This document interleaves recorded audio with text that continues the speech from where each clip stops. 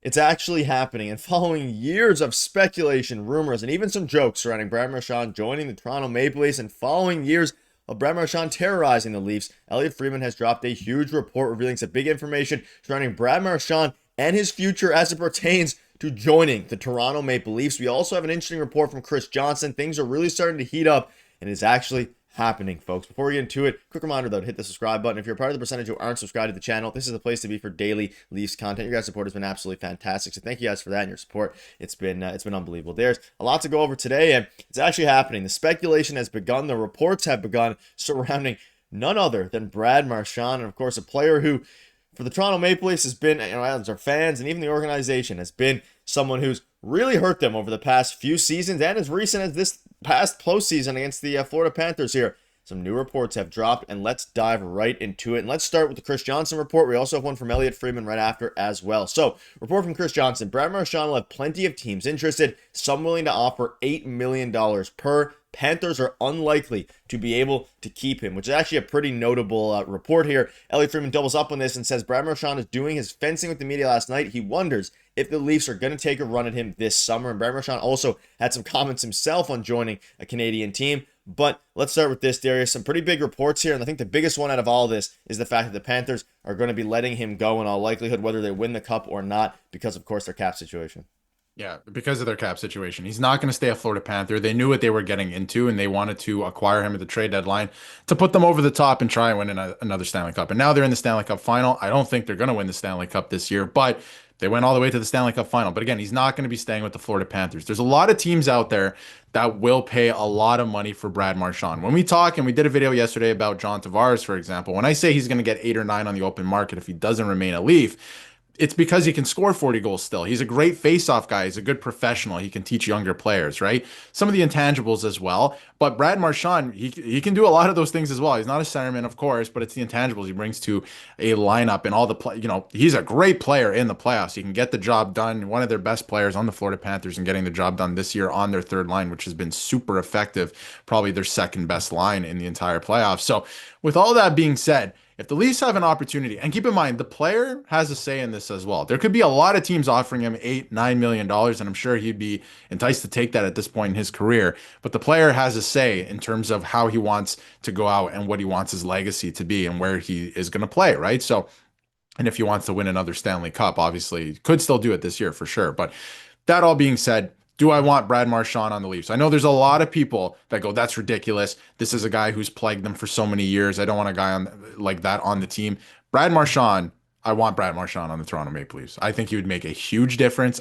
I still think he's a very effective player. He's not going to score you a crazy amount of goals or put up a crazy amount of points, but it's what he brings and his mindset to the team and the way that he plays. He made Morgan Riley look really bad. I know a lot of people did this season, but really bad in that series because of the way he plays and how hard he plays. So not only the way that he plays, but just his mindset and his winning mentality and the fact that he just wills other players on the team to get the job done. So I'm just going to go on the record now and say it here in this video, I would love Brad Marchand on the Leafs, but it would have to make sense in terms of dollars and obviously term. In dollars would be, like we mentioned, around $8 million per. Mitch Marner probably going to make 13 to 14 million. Opens up a lot of space. I'd rather Brad Marchand, I think, over a lot of players on the open market. Of course, Sam Bennett's available. I mean, that's a question to be had. Of course, Marchand is older, and 8 million for his age and what he provides, I think, for a lot of teams isn't going to be worth it. But for the Toronto Maple Leafs, I think there was any team it was going to be worth not necessarily overpay, but pay a lot of money for an older player. It would be the Toronto Maple Leafs with their current core four and the way that it, is going right now. And Chris Johnson also came out and said they're looking for short-term deals on veterans. So Brad Marchand, Patrick Kane, Jamie Benn, Claude Giroux will have videos and some of the other guys later. But obviously talking about veteran guys finally getting winners is going to be key. Brad Marchand's a winner. He's won a cup. Of course, a lot of these guys, Patrick Kane has won a cup. Like, a lot of these guys are winners. And if they want to prioritize Brad Marchand, I'm perfectly fine with that. And more and more, we haven't heard anything surrounding the Leafs and Mitch Marner in a few days here. I don't think that's going to get done, obviously, between Marner and the Leafs. Now, maybe things are happening behind the scenes, but it's been pretty quiet on the Mitch Marner front. And I think now if the Leafs can focus on Brad Marchand, focus on getting some more bottom six pieces, Jonathan Taves on a veteran minimum, things like that, your team could look completely different if you have, Nyes Matthews, Marchand, and then you add Jonathan Tays to the bottom six, a guy like Patrick Kane. It could be very interesting. You see here, it's definitely looking like the Leafs are prioritizing 1 and 2 year deals this summer in order to preserve cap space for next summer when there's a lot of guys available, potentially Connor McDavid in the future as well, and of course, Cale Makar being available after next year and the next summer. I suspect the Leafs will land at least one of these guys in that type of deal. Duchesne, Marchand, Kane, Giroux, Ben, or Palmieri. I think Marchand would be the perfect one. He spoke out a little bit about it, which we'll get into in a minute here. I think he's very open to playing in Toronto. Of course, it was his favorite team growing up. He's Canadian. It makes all the sense in the world. And it would be kind of a Cinderella story for him terrorizing the Leafs for, almost a decade and then coming back and joining them to help them win their first cup. But I don't know, it makes sense, and I think a lot of fans want it as well. And you see some fans out there, when it matters most, you have to embrace it. That's what Marchand says. You got to get Marchand to Toronto or Sam Bennett. One of those players have to play next season. That's a start to the identity change. We think about Brad for living, a lot of Brads, identity change comment. This would be the pinnacle of that. Yeah, absolutely. Brad Marchand is a winner, right? And the Boston Bruins over the years have gone to multiple Stanley Cup finals. He's won a Stanley Cup. He's in the Stanley Cup final again this year.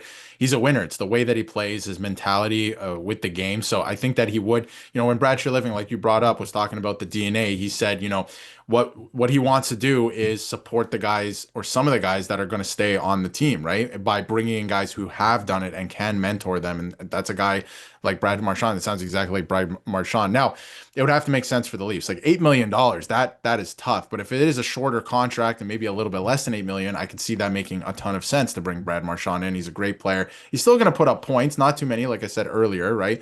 But he's still going to have great use in the regular season. And of course, it's everything that he brings in the playoffs. He plays hard. I respect Brad Marchand. I like the way that he plays. Yes, he's plagued the Leafs for so many years, and I dislike him for that reason. I wish they didn't have to play him, but I do respect him as a player. I think he's a great player, and he plays the right way. And he did that obviously for Team Canada. We saw that. He's been doing that for the Boston Bruins. He's doing that now for the Florida Panthers, and I think he could do that for the Toronto Maple Leafs as well. So if they have an opportunity to pick him up and he'd be willing to come here, I think you have to do it. And it's the type of situation that, I think it's a little bit different than Sam Bennett. Sam Bennett quite literally injures guys. I think Brad Marchand just plays really hard, and he does some weird antics, of course, like the licking a couple of years ago, stuff like that, just to get guys off the game. Like, it's a little weird and frustrating when you're playing against them, but if he's on your team, it's the same thing like Nazem Kadri. You love them when they're on your team, right? When they're doing stuff like that. And even Matthew Nyes has, added a little bit of that to his game as well. So if you have the opportunity to pick up Brad Marchand, I think you do it, because he's still, again, he's getting older, but you got to add,